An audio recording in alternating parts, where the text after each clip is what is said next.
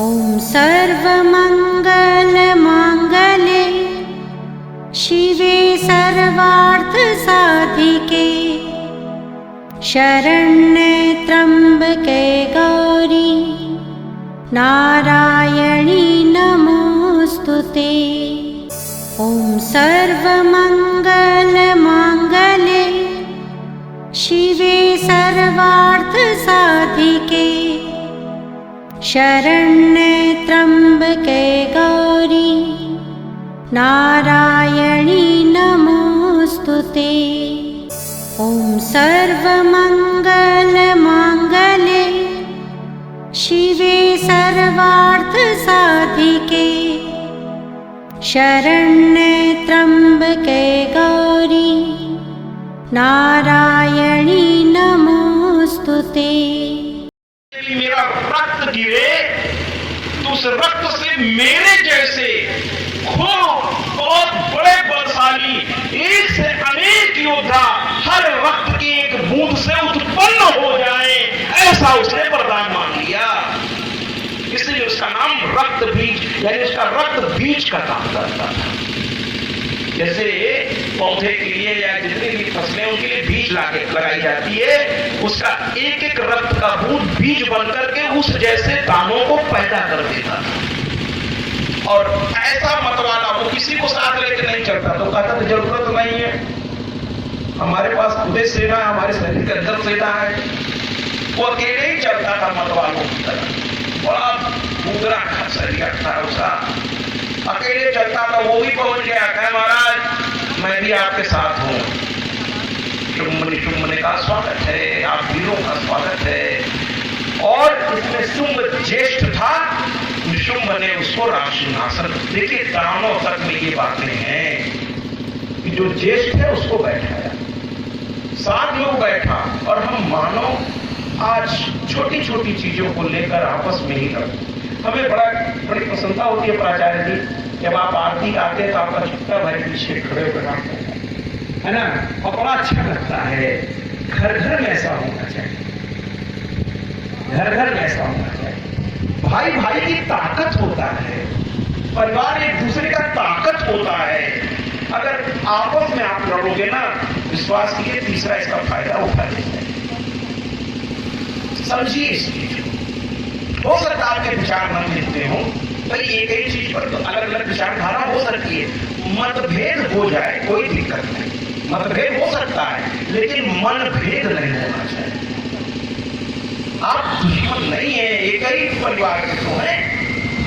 तो मैं किसी व्यक्ति विशेष की बात नहीं कर रहा हूं यहां से, न मुझे ठीक से उसकी जानकारी है, न मुझे उसकी जानकारी करनी है, मेरा उसमें कोई इंटरेस्ट है ही नहीं। मैं तो समाज के लिए बात कह रहा हूं कि मतभेद हो जाए, मनभेद मत होने पाए। और जहां 4 बर्तन रहता है, माताएं जानती हैं, वहां टकराता रहता है, थोड़ा आवाज होती रहती है, चलता है, लेकिन एक दूसरे के खून के प्यासे मत हो जाएगी, एक दूसरे के दुख में अपना सुख मत खोजने लगिए, क्योंकि दुख में सुख खोजना ये राक्षसी प्रवृत्ति है, राक्षसी प्रवृत्ति। तो भैया शुम्भ और निशुम्भ जो है अब राज्य करने लगे, एक एक करके उन्होंने राजाओं को फिर से कब्जे में लेना शुरू किया। जिन्होंने क्षत्रिय धर्म का पालन किया, जिन राजाओं ने, वो मार डाले गए। उनके सामने युद्ध में कोई टिक ही नहीं सकता था, क्योंकि पुरुषों से वो अबद्ध थे। और उस जमाने में स्त्रियां अभी सेना में या युद्ध में बहुत ना के बराबर थी, बल्कि थी ही नहीं। ऐसे तो आगे चल करके और आज की सेना में तो आप देख लीजिए, जल थल वायु सब में एक से बढ़कर एक बराबर से कंधा मिलाकर सेना में है, पुलिस में तो काफी दिनों से है। तो महिलाएं, मैंने कहा ना कि कभी दुर्गा बन के कभी काली बन के, ये माताएं हैं, इनके मातृत्व को रहने दीजिए। अगर आप इनको ललकारने की भूल करेंगे तो फिर ये दुर्गा और चंडी भी बन सकती है, ये दुर्गा और चंडी भी बन सकती है। ऐसी माताओं को मैं प्रणाम करता हूं। एक एक करके पूरी पृथ्वी पर इन्होंने एक छत्र राज्य कर लिया। और दुष्ट की यही पहचान होती है कि वो न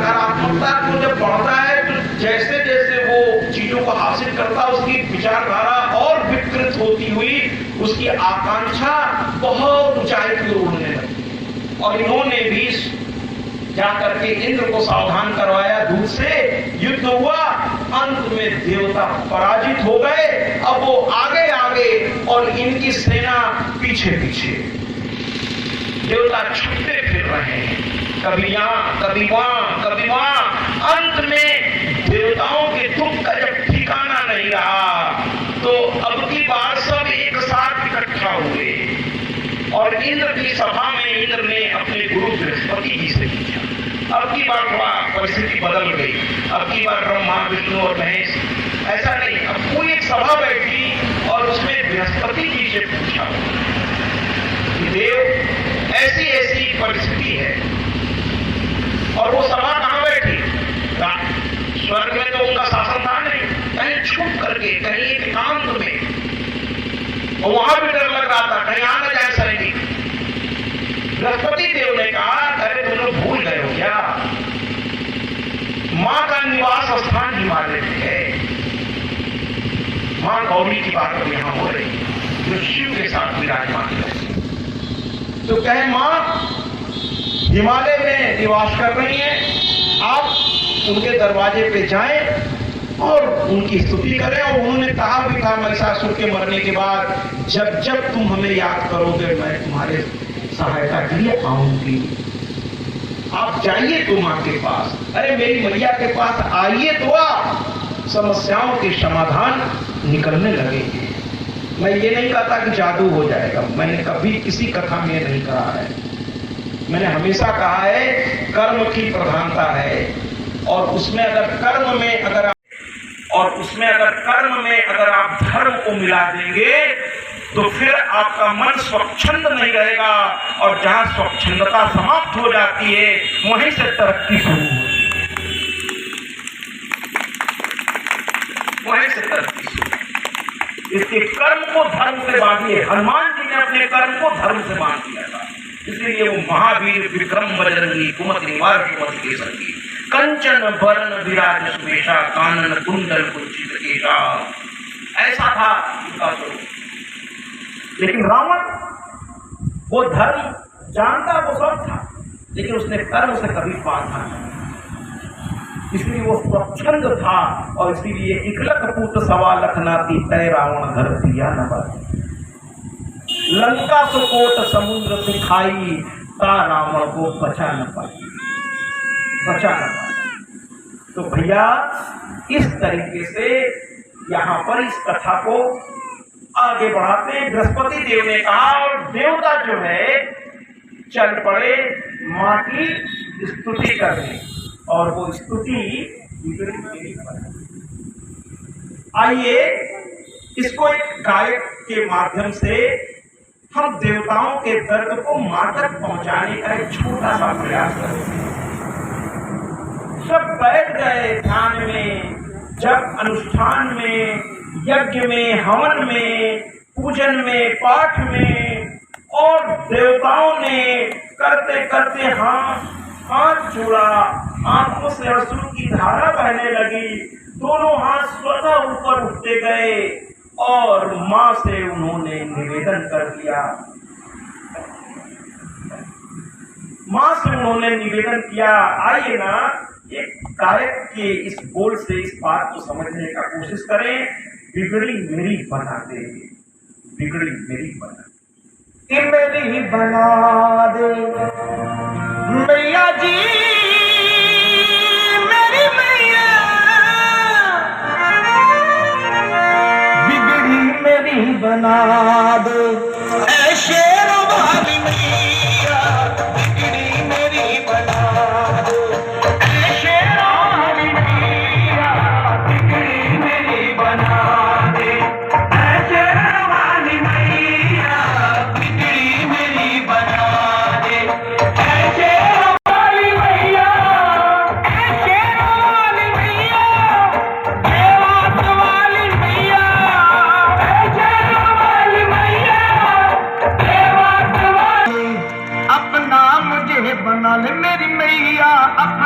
मुझे बुला ले मेरी मैया, अपना मुझे बुला ले मेरी मैया, अपना मुझे बुला ले मेरी मैया, मुझे बुला ले मेरी मैया, मुझे बुला ले मेरी मैया, मुझे बुला ले ऐसे वाली मैया, मुझे बुला ले ऐसे वाली मैया, बिगड़ी तेरी बना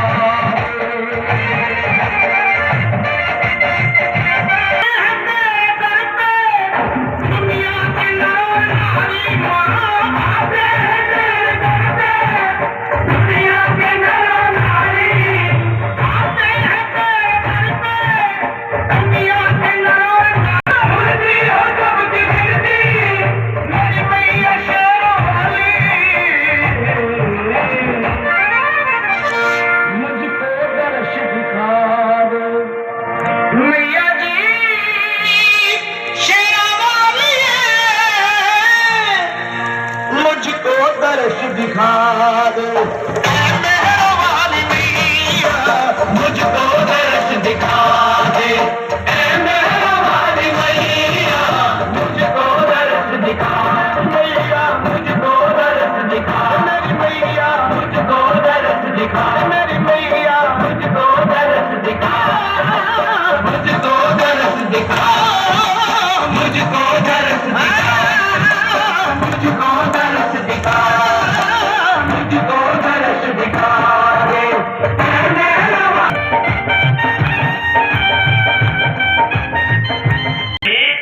देवताओं की स्तुति पड़ गई, उनकी पूजा आराधना को आकर्षित होकर उधर देखने लगी। अरे ये तो मेरे पुत्र हैं, ये तो मेरे पुत्र हैं। ये माँ अपने बच्चों को तकलीफ में देख ही नहीं सकती, नहीं देख सकती, चाहे वो इस धरा की माँ हो, चाहे वो ब्रह्मांड की माँ हो। माँ दौड़ती हुई आई, अरे बच्चों क्या हुआ? उन्होंने बताया महिषासुर के मरने के बाद शत्रुघ्न को हम लोगों ने राज्य का करके अपने अपने धाम चले गए। शत्रुघ्न के मरने के बाद और भी राजा हुए, लेकिन उसी दौरान शुंभ निशुंभ नाम का ये दो राक्षस आकर, ये तो महिषासुर से भी ज्यादा ताकतवर हैं और इनके साथ बहुत बड़े बड़े राक्षस हैं। पूरी बात उन्होंने बताया कि और इन्होंने भी ब्रह्मा जी से वरदान ले लिया है, पुरुषों से अबद्ध हैं ये। माँ ने कहा दोबारा जरूरत नहीं पड़ेगी मेरे प्राकट्य की, चिंता मत करो। और प्राकट्य से मेरा मतलब उस तेज के निकलने से था, वो तेज तो निकल करके वो माँ के स्वरूप में आ चुका है ना। माँ के नाना रूप हैं, माँ तो कहते ना आदि अनादि अनामय, तो माँ के नाना रूप है। जब जब जैसी परिस्थिति आती है उनका प्राकट्य होता रहता है अलग अलग रूपों में, इसलिए माँ के नाम भी अलग अलग हैं। अच्छा, इसको सरल भाषा में मैं समझाऊं आपको। जैसे कोई बच्चा पैदा हुआ, लड़का या लड़की, तो उसके कई माताएं होती हैं। अगर आपको लगता है सिर्फ एक माँ होती है तो आप गलत समझ जाए। एक जननी तो जन्म दी, वो तो जननी नहीं है, लेकिन चाची, मामी, बुआ, मौसी, ये जितने भी रिश्ते हैं ये सभी माँ ही हैं, ये सब आपकी माँ है।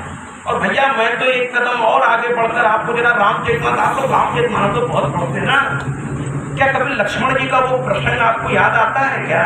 जब राम जी किष्किंधा पर्वत पर पहुंचते हैं, वहां सुग्रीव से उनकी मुलाकात होती है।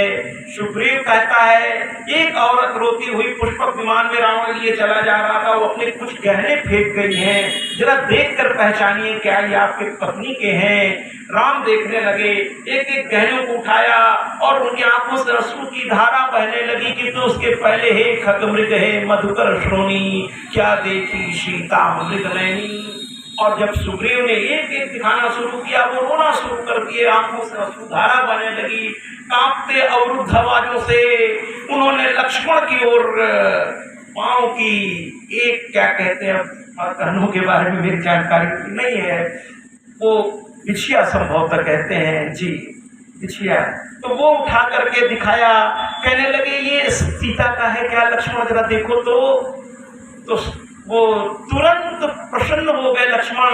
लेकिन उसके साथ राम ने एक और चीज उठा ली थी, वो था कर्णफूल। कर्णफूल यानी जो कानों में पहना जाता है, क्या इसको भी देख लो लक्ष्मण। पूरा मतलब अच्छी तरह पुष्टि हो जाए। लक्ष्मण रोने लगे, कहने लगे मेरे भैया, मैंने अपनी भाभी माँ के चरणों के सिवा आज तक मेरी नजर उनके चरणों से ऊपर गई ही नहीं, तो मैं कैसे पहचानूं कि ये कर्णफूल है या नहीं है। तालियों से इसका स्वागत होना चाहिए। भाभी भी एक माँ है और बड़ी है ना, तब तो फिर कहना ही क्या। ठीक है, भाभी माँ है। जितने भी आपके स्त्री आपके अगल बगल रहते हैं वो मातृ स्वरूपा है। आपकी सिर्फ धर्म पत्नी, वो भी आदरणीय है, माननीय है। प्रातः मैं तो कहने संकोच नहीं है, जिस घर में स्त्री का सम्मान नहीं है वहां किसी प्रकार के शुभ चीज की कल्पना मत करिए। जहाँ स्त्री का पग पग पर अपमान होगा वहां भगवान भी नहीं रहते। यत्र नारी पूजन्ते तत्र रमन्ति देवता। देवता भी वहीं रहते हैं जहां स्त्री का सम्मान होता है ना। और कोई बाबा तुलसी को ही डिनोट करता हूं, उससे कहते हैं नहीं, वही बाबा तुलसी क्यों लिखे ढोल गवार शूद्र पशुनारी ये सब ताड़न के अधिकारी। भैया फिर आपके ज्ञान को मेरा प्रणाम है। आपने आश्वस्त कर दिया, अब तुम निश्चिंत हो जाओ, दुख के बादल जल्दी छट जाएंगे।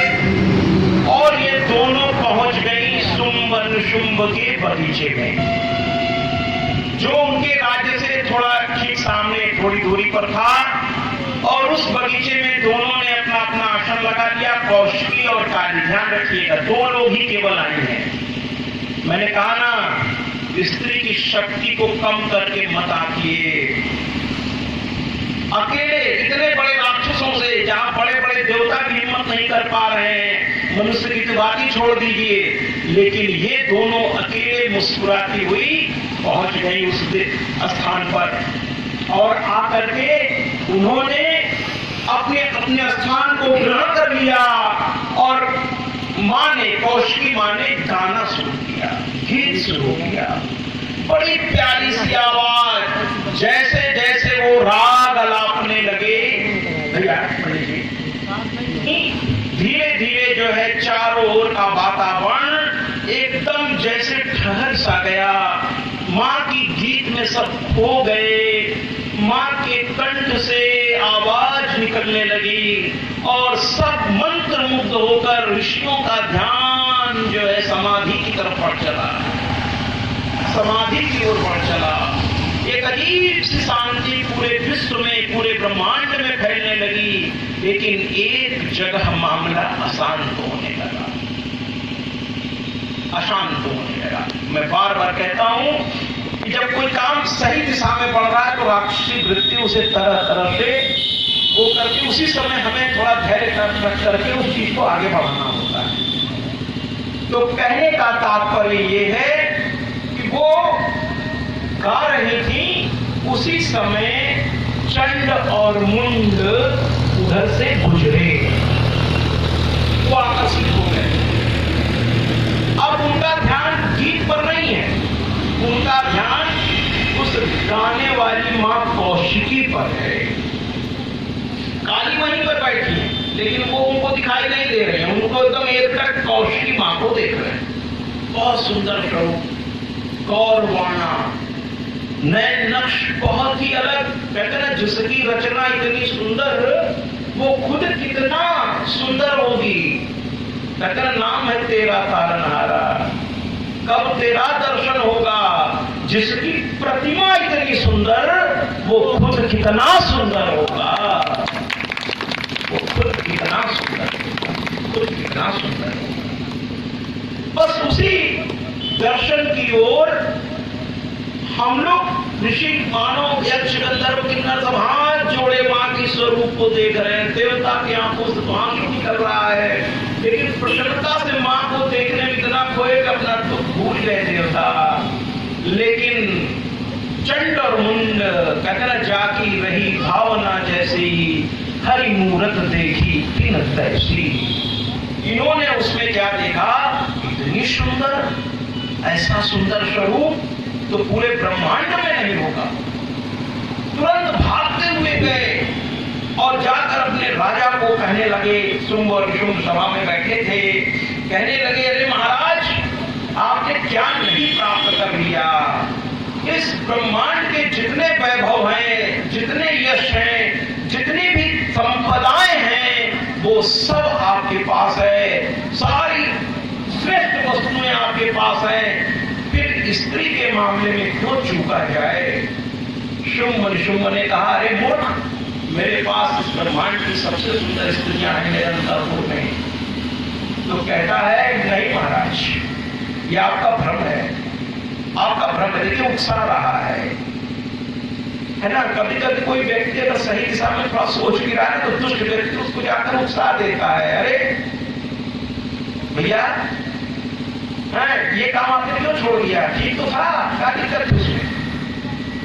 ठीक है, कोई नशा छोड़ना चाहे तो उसके जो बाकी के नशेड़ी साथी हैं वो आकर के उसे ऑफर कर देंगे, छोड़ने नहीं देंगे उसको, छोड़ने के देंगे, कहेंगे, अरे भैया काय छोड़ दिए, काय छोड़ दिया, अरे हम लोग इतने साल से खा रहे हैं, इतना ये कर रहे हैं, वो कर रहे हैं, छोड़ने नहीं देंगे।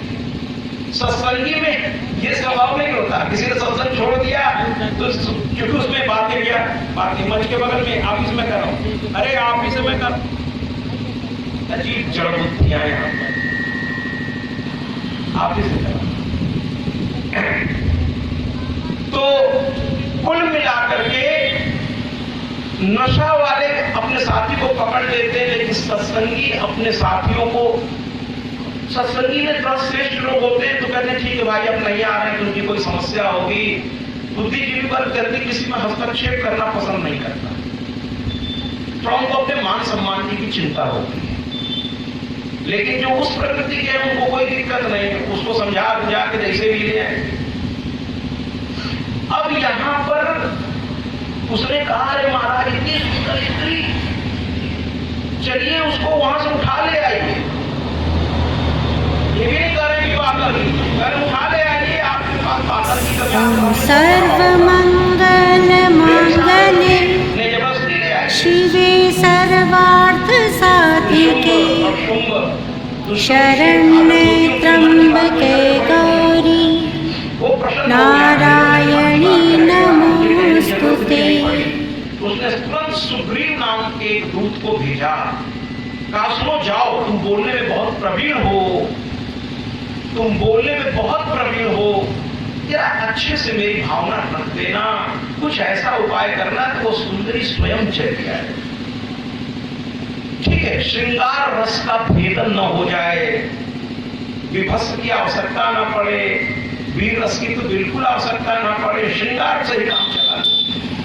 और श्रृंगार रस में वो गया, जाकर के, अच्छा यहां से तो गया, सुनकर गया चटमुंडे की बात, लेकिन जब एकदम नजदीक गया, कुछ व्यक्तित्व ऐसे होते हैं कि आप जैसे ही उनके नजदीक जाएंगे, आप स्वतः उनके सम्मान में खुद बोलने लगेंगे। वो व्यक्तित्व तपस्या से आता है, वो गलत होते नहीं हैं, उनकी सोच गलत नहीं है, उनकी दिशा गलत नहीं है, उनका नजरिया गलत नहीं है, स्वतः उनके प्रति आपके मन में सम्मान पैदा हो जाता है। ये जाते ही बोल क्या पड़ा, जरा देखिए, कहता है, हे माँ निकलिए ऐसे, मैं आपको प्रणाम करता हूँ, प्रणाम भी कर लिया, और कहता है, हे माँ, हमारे राजा इस पूरे ब्रह्मांड के मालिक हैं और आप पूरे ब्रह्मांड की मालिकी लगती है। लेकिन अनजाने में सत्य बोल रहा तो तरीका उसका गलत दिशा में जा रहा है। वाकई वो ब्रह्मांड की मालिकी तो है, मां भी है, सारी बातें सत्य निकल रही उसके मुंह से, बस गलती कहां कर गया। कहता है, हमारे शुंभ और निशुंभ बहुत पराक्रमी है, लगा उनके पराक्रम का बखान करने। कुछ लोगों को आदत होती है, वो लगते बताने अपने बारे में। देखिए, सम्मान देना अमृत है, याद रखिएगा मेरी बात। किसी को सम्मान देना अमृत है, सम्मान भोगना विष है। अगर कोई आपको बहुत सम्मान देने लगे तो अंदर से घबरा जाइए कि भैया कहीं मन में इसके एक शब्द से भी अहंकार की हल्की बीच भी पड़ गई तो सब कुछ धूल धूसरित हो जाए। इसलिए कोई सम्मान दे तो सर झुका लीजिए और उस समय अपने इष्ट को याद करिए कि ये तुम्हारी वजह से है, मेरा क्या है, तेरा तुझको अर्पण, क्या लागे मेरा, क्या लागे, क्या लागे। कोई आपको प्रणाम करे तो आप अपने ईश्वर को प्रणाम कीजिए और ये कहिए ये प्रणाम मुझको नहीं है, मेरा क्या क्षमता, मेरी क्या औकात, ये प्रणाम तो वो कर रहा है आपको, क्योंकि अगर किसी योग्यता के द्वारा, किसी बात के द्वारा वो प्रभावित होकर मुझे प्रणाम, तो वो दिया गया किसका है, आपका। आप ही उस रूप में मेरे अंदर विराजमान है, इसलिए प्रणाम आप स्वीकार करें। मैं जिस बीच में डाकिया हूं इसी प्रणाम को आप तक पहुंचा रहा हूं, मेरा कोई अस्तित्व नहीं आपके बिना, काहे का प्रणाम मुझको, काहे का प्रणाम। तो भैया इस तरीके से सुग्रीव ने उनको प्रणाम किया और कहा, हे माते, मेरे राजा की पत्नी बनना स्वीकार कर लीजिए। मां देखिए, महिषासुर में दूसरी स्थिति थी। महिषासुर में भी वो कहते थे कि मेरे राजा की पत्नी बन जाइए, उनका तरीका भी अलग था और वहां जवाब भी अलग था। वहां मां डांटते हुए तुरंत बोल देती थी कि मैं सामान्य स्त्री नहीं हूं, पति बनाने नहीं आई हूं, और उस महिष को कौन पति बनाएगा रे। मां वहां इस तरह जवाब देती। यहाँ मां थोड़ा अलग तरह से, थोड़ा उनका जवाब पूछे तो यहाँ थोड़ा राजनैतिक लगने लगता है। मां का बस देखिए तरीका देखिए, कभी कभी ऐसी भी बात कर ली है। मां कहती है कि अरे तुम बिल्कुल ठीक कह रहे हो, अब की नाराज नहीं हो रही हो, बड़ा ही अलग है आचार्य, थोड़ा सुनिए कितना आनंददायक है। मां कहती है तुम ठीक कर भैया, शुंभ निशुंभ का पराक्रम, उसका सौंदर्य, उसका गठिया बदन, उसकी नौजवानी, यही सब सुन करके तो मैं यहाँ आई। शुंभ निशुंभ सौंदर्य से भरपूर हैं, उनके पास ज्ञान नहीं है, उन यही सुनकर आई हूं और बड़ी इच्छा है एक बार उनके दर्शन हो जाते, बड़ी इच्छा है एक बार दर्शन हो जाए। सुग्रीव आप प्रसन्न हो गए, कहने का क्या बात है, यहाँ तो आग दोनों से बराबर लगी है, मिलाने में दिक्कत नहीं होगी लोगों को। लेकिन मां ने आगे क्या कहा, मां ने की बात दूध को ये नहीं कहा करे उससे, या मैं विवाह करने वाली नारी नहीं हूं। मां ने कहा कोई दिक्कत नहीं है, इतने बड़े से विवाह होना, भाई देखिए अगर किसी कन्या का विवाह किसी जिलाधिकारी से हो जाए तो एक रात में जैसे ही सिंदूर उसके मांग वो डीएम भरते हैं, वो तो बिना किसी आईएएस की परीक्षा के वो उसकी पत्नी बनकर उसी सम्मान को भोगने लगती है, बल्कि उससे ज्यादा भोगती जितना डीएम साहब भोगते है ना। तो मां ने कहा कि मैं तो शादी करना चाहती हूँ सुमनेश्वर से, लेकिन एक समस्या है। दूसरे का जल्दी बताइए, हमारे महाराज के लिए कोई समस्या ऐसा नहीं तो समाधान न कर सके, चुटकी बजाते होगा, आप आदेश करिए। क्या बताएं, बच्चे जब हम छोटे थे ना, अब छोटे बच्चों की बुद्धि कितनी होती है, तो हम सहेलियों के साथ खेल रहे थे और आपस में खेलते खेलते मजाक में मेरे मुंह से निकल गया हास्य विनोद में कि मैं उससे विवाह करूंगी जो हर तरह से मुझ पर अपनी श्रेष्ठता साबित कर देगा, पराक्रम में, वाणी में, विचारों में, हर गुण में जो मुझसे श्रेष्ठ होगा। और शायद हर बच्ची की यही सपना होता है कि उसका पति सर्वश्रेष्ठ हो, सर्वश्रेष्ठ हो। मां ने यहाँ कोई गलत कहा क्या? नहीं ना, कोई गलत नहीं कहा। मां ने तो व्यवहारिक बात कह दी। कौन लड़की नहीं चाहती कि हम अपने पति पर गर्व कर सकें, ऐसा मेरा पति। और हमारे तो हिंदू धर्म की महिलाएं तो बहुत आदरणीय हैं, मैं प्रणाम करता हूं आप सबको। हमारी हिंदू धर्म की महिलाएं तो यहाँ तक कह देती हैं, भला हो बुरा हो जैसा भी हो, मेरा पति मेरा देवता है, मेरा पति मेरा देवता है, मेरा पति मेरा देवता है, जैसा भी है। ये हमारा हिंदू सनातन धर्म की स्त्रियां मैं प्रणाम करती हूँ, मैं प्रणाम करता हूँ।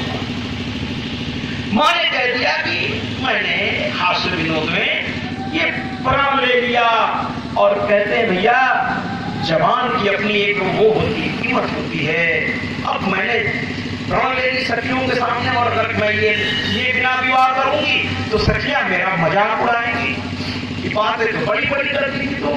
अब क्या हुआ, कितनी मीठी बातें हो रही हैं दोनों के बीच। कहीं लग रहा है कि भयंकर युद्ध होने वाला है, लग ही नहीं रहा, लग रहा है दो अच्छे लोग आपस में है ना, बड़ी मीठी मीठी वार्तालाप हो रही है। सुग्रीव तो पूरा अच्छा, देखिए एक अच्छा होना और एक अच्छा बनना दोनों में अंतर है। बनावटी स्वरूप ज्यादा नहीं रहता, सुग्रीव बनने की कोशिश कर रहा है अच्छा, वास्तव में अच्छा है नहीं। धीरे धीरे वो अपने स्वरूप में आने लगा।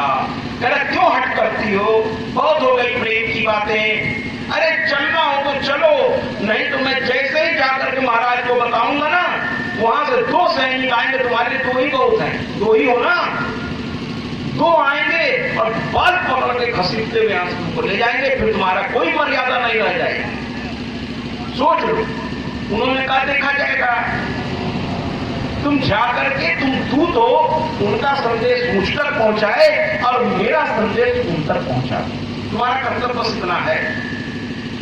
तू समझ नहीं पाया, अंत में वो वापस गया, जाकर शुंभ निशुंभ को बताया।